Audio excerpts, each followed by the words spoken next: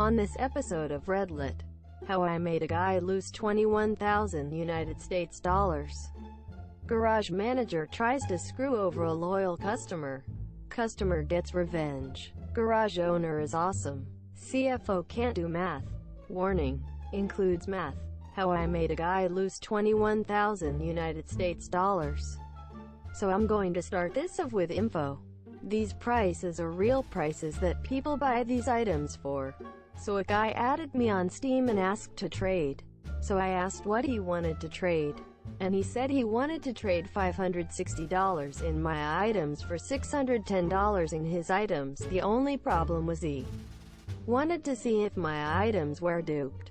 They were not. So I said, in what website? He said this site.com. So I logged in and he sent me a trade offer on an alt account for the items, so I accepted it. While I recorded it, he started to lie about how it would take a few minutes to go through. Then he sent another offer for another like 2,000 United States dollars in item. She said except that so you can withdraw the items at any point. So I said that's bullshit and declined the trade offer. Then he went AFK for like 15 minutes. Then when he got back, sent me a link to a fake "You have been banned for this reason," and I said fuck off, I've been recording this year.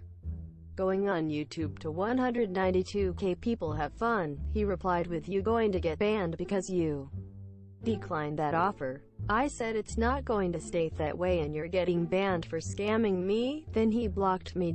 So I checked an hour ago and I checked his account and he was banned. If you play TF2 then you know how much a golden pan and a burning flames team captain or so. He had 2 pans and a team captain. He lost at least $21,000.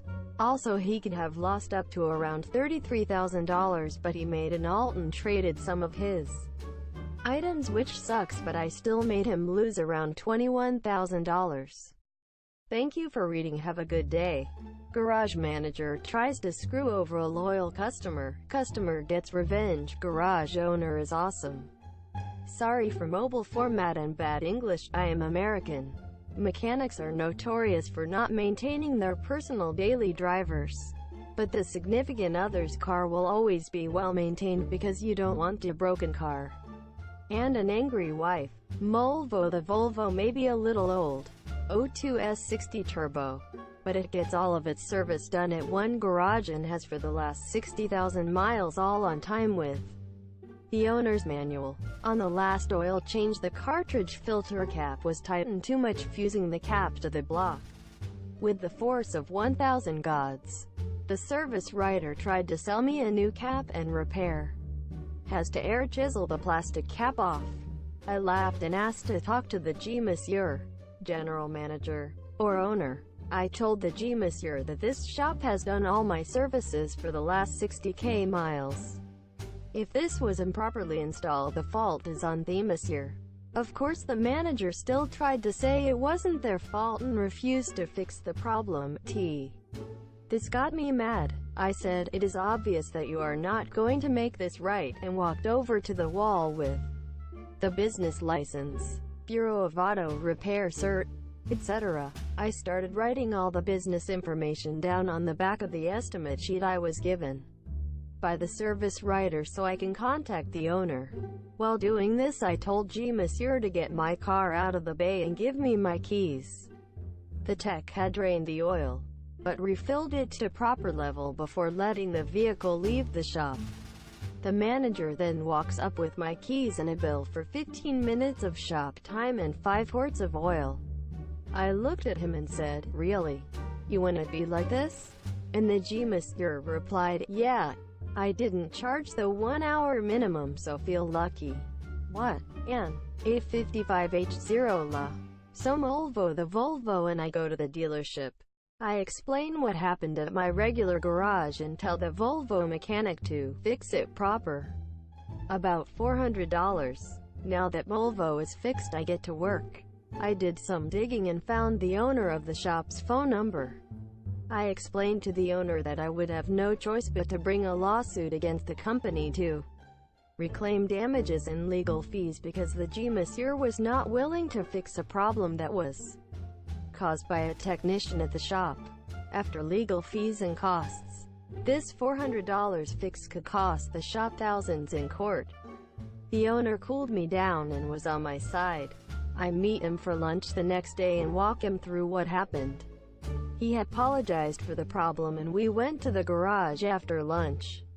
The moment we walked in, the G-Monsieur walks up and greets the owner. "Hey boss, how are?" Gets cut off by the owner saying, "I'm not your boss anymore. Go in the office. Wait, and I will tell you why." The owner writes me a check for the dealership bill, refunds me the repair bill, and hands me a ticket book full of free oil changes, a transmission flush, tire rotations, etc. He says, "I have been in this business in this town for 40 years. I take great pride in my company's reputation and hope you keep doing business with us." I reply, "You got my business for life because you made things right." On my way out, I stop and arrange a service appointment for my other car and can hear the owner ripping into the G-Monsieur. G-Monsieur walks out of the office and as he passes me mumbles something I couldn't hear. The next time I brought a car in, the service writer told me that the G-Monsieur had to move away from this town because nobody would hire him. Monsieur, local business owners here talk a lot and the shop owners let everyone know that G-Monsieur was dishonest to customers and could possibly damage their reputation with his "not my fault" attitude. CFO can't do math. Warning, includes math. A few years ago I worked for a tech company that was only just keeping its head above water. Most of the staff genuinely believed in the product line and did their best, but nothing was ever a standout success. Many ideas were put up to management, but often knocked back by the CFO, who we will call Karen, said it would be too expensive or wouldn't get a good return on investment. And many ideas we knew would never work somehow got approved but never achieved anything. My team was working on a product enhancement we were absolutely convinced would be successful. We had a realistic budget. We had customer feedback showing this was needed and wanted, and firm offers to purchase if it was available. We were convinced our numbers were watertight and put them up to management. Next product meeting the following week and Karen shoots down every argument we put. Despite the customer feedback, she claims our numbers are wrong and it will lose money. We simply can't understand this as we had been over them many times. We start going through the figures step by step and she keeps telling us we're wrong. Out of frustration, my manager goes to the whiteboard. Yeah, we still have one, and walks everybody through the figures step by step. Almost everybody is doing the math themselves on their tablets, phones, or on good old-fashioned paper and nodding in agreement. Except Karen, who is using a credit card-sized calculator that came with her expensive leather binder and keeps saying we are wrong. My manager suddenly works out what might be happening and asks to have a look at Karen's calculator. He does a few basic calculations and his suspicion is correct. The cheap calculator does not follow the order of operations. Order of operations is a fundamental set of rules about which calculations to perform first in a mathematical expression. For example, 2 plus 3 asterisk 4 is read as 2 plus 3 asterisk 4, meaning you always do multiplication and division before addition and subtraction. So 2 plus 3 asterisk 4 equals 14. What Karen's cheap calculator was doing was all operations in the order they were entered in. Reading 2 plus 3 asterisk 4 is 2 plus 3 asterisk 4 equals 20. So a room full of people with degrees in computer science, engineering and finance all agree the figures are right. Except Karen, who is convinced we are wrong because her shitty calculator says so. She maintains we are wrong and our figures don't fit with her way of thinking. Asterisk the revenge asterisk. At the end of each month, each team has to submit expenses reports. We are normally quite good at forecasting expenses and any variation is usually something we need to buy at short notice. These are submitted to Karen for approval, who then authorizes adjustments in our budgets. Two engineers who are mathematical geniuses spent most of their coffee and lunch breaks for nearly a whole month madly scribbling down complex calculations. They suggest some very small variations to planned purchases. Bring a few items forward by a month. Push a few items back a month. Use a couple of different suppliers for multiples of the same items. Nothing unusual about this is, we have a range of ways to buy things at short notice from various suppliers.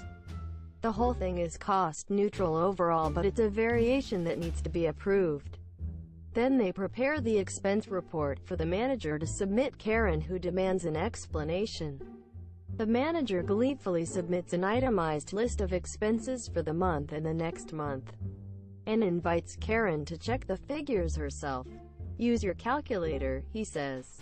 The variation in expenses is very small when calculated properly, but comes out to millions of dollars if done the way Karen's shitty calculator does it. As I said, these engineers are mathematical geniuses. Karen isn't impressed by this and takes it to the CEO. She launches into a tirade about the engineers forging expense reports to embezzle millions from the company. She basically accuses the entire team of fraud. The CEO says he will look into it and comes to see my manager. This in itself is very unusual, as the CEO very rarely leaves his office for things like this. If there are any problems, you are usually summoned to see the CEO. The CEO isn't a bad guy, just really busy most of the time. We're watching the manager through the glass partition go through a lengthy explanation with the CEO, pointing out figures on the screen and writing on bits of paper. The CEO sits there in silence for a minute, taking it all in. Then suddenly bursts out laughing to the point of tears rolling down his cheeks. Then suddenly he's not laughing. He goes back to his office, and within a few hours there are a couple of auditors going through some of Karen's financial reports. There are glaring errors which they initially think might be signs of fraud or embezzlement, but eventually they put it down to Karen's shitty calculator. Not fraud, just incompetence. Karen is summoned to the CEO's office. We don't know exactly what is being said, but we can hear the CEO shouting. He never shouts. The result is Karen gets fired, despite still maintaining she is right and everybody else is wrong. She has just 1 hour to pack up her desk and leave. She is finally escorted out of the building. When she gets to her car, there is a piece of paper taped to the windshield. It is a picture of Stephen Hawking with the words, "You must be at least this smart to invent your own branch of mathematics."